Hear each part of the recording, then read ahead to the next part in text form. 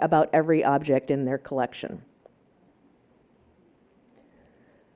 My second suggestion is we have to practice intellectual integrity. We have to celebrate individuals who dare us to acknowledge what we don't know.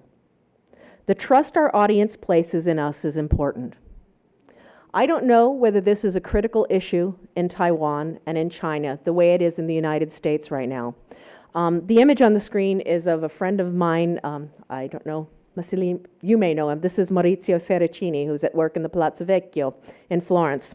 I've known Maurizio Serracini for 25 years, and he's been much in the papers recently because he believes that Leonardo da Vinci's Battle of Anghiari is behind the Vasari frescoes in the Sala del Cinquecento in the Palazzo Vecchio in Florence. And about a month and a half ago, 400 art historians signed a petition to try and get him to stop work that he's been working on for 30 years because he had drilled holes in the Vasari fresco. Let me clarify now. That's what the petition was about. He and his team did indeed drill holes. They drilled micro holes in parts of Vasari's fresco that had previously been destroyed in order to see what's behind the fresco. And it's a very interesting story if you've never read about it. These frescoes are massive, and it's a battle scene. And in the battle scene, way up so high that you can't see it, is one horseman, and the one horseman has a banner. And on the banner are written the Italian words, cerca trove, search and you will find.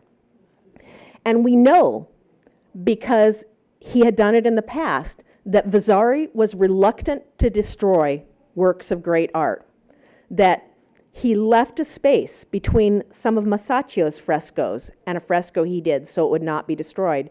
And it is reasonable to presume that some part of the Leonardo might be back there.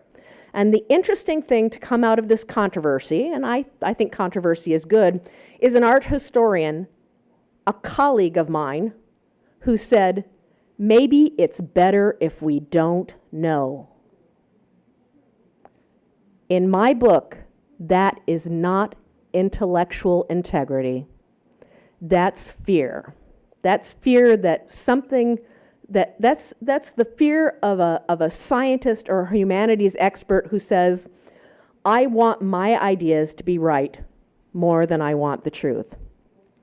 The trust our audience places in us is extremely important, and we have to work daily to earn their trust.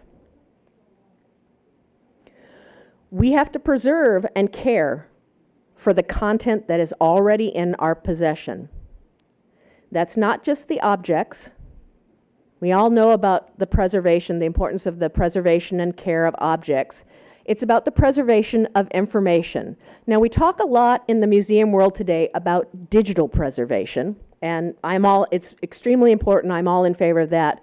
One of the things I'm extremely concerned about in the museum world today is the lost knowledge that is disappearing on a regular basis as curators retire without anyone doing oral interviews to find out the history. I'm concerned when new technology staffs come into museums and say, we want a new website, we don't like what the past people did, and eliminate that kind of content. It's one thing, I don't often think that technologists can learn from curators, and in fact, I quite like to keep them apart because they have a tendency to fight.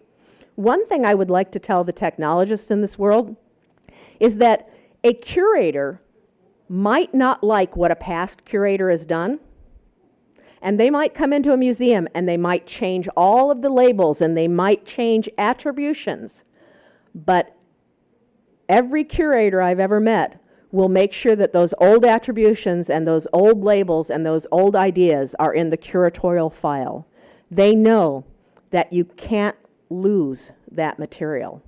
And I'd like to see information technologists have that same care for all of the things that are built in these digital silos that we just heard about. Don't throw content away. That's bad. One other issue, in the TELDUP conference earlier this week, I gave a brief paper sort of bemoaning the fact that we don't do slide lectures the way we used to. I don't know the situation. I don't know how art history is taught here in Taiwan, but I explained that 20 years ago, I used to go into a slide library, and there were drawers and drawers of slides. And all over the United States, in small colleges, in big colleges, in museums, these slides are being digitized and thrown away and gotten rid of. Now, the problem with that, it's not that we don't have the images, but slide libraries, particularly slide libraries from small institutions that were created by individuals, are bigger than the sum of all their slides. I know when I was in college, my art history professor, Billy Fisher, had 3 drawers of slides of Leonardo da Vinci. And in the drawers of slides of Leonardo da Vinci were cartoons from the newspaper and images from movies that were based on Leonardo paintings and were works by school children. And when those slides were thrown away, that building, that creating of a world, Billy Fisher's world around Leonardo da Vinci was lost. I don't know what we can do about that, but it makes me sad. We should respect the complexity of the individual. We all bring something new and different to the table. We can all still be surprised. We can all still change the world. And so it's important, if you're a supervisor, not to discount the lowest person on the totem pole in your staff and what they can do. If you're the lowest person on the totem pole in the staff, it's important not to discount what your supervisor can do. And you should never, ever discount what the visitor can do and give you. We need to create opportunities for visitors and staff to engage through shared objects, ideas, and experiences. And one of the things that most excites me about being here today was the number of projects I saw that is about just this type of experience. The projects that we saw going on in Italy, the projects that are going on in the Digital Children's Museum. When we work together, we're stronger. When we share objects, when we share ideas, and we share experiences. So, who was George C. Page? You remember my George C. Page, right? George C. Page. I don't want anybody to forget George C. Page's name and that it started with an orange. Diana knows who George C. Page is because she can look out a window. Can you look out a window somewhere at your institution and see the results of George C. Page? I told you he was 16 years old and he was on his own in a strange city with little in the way of money.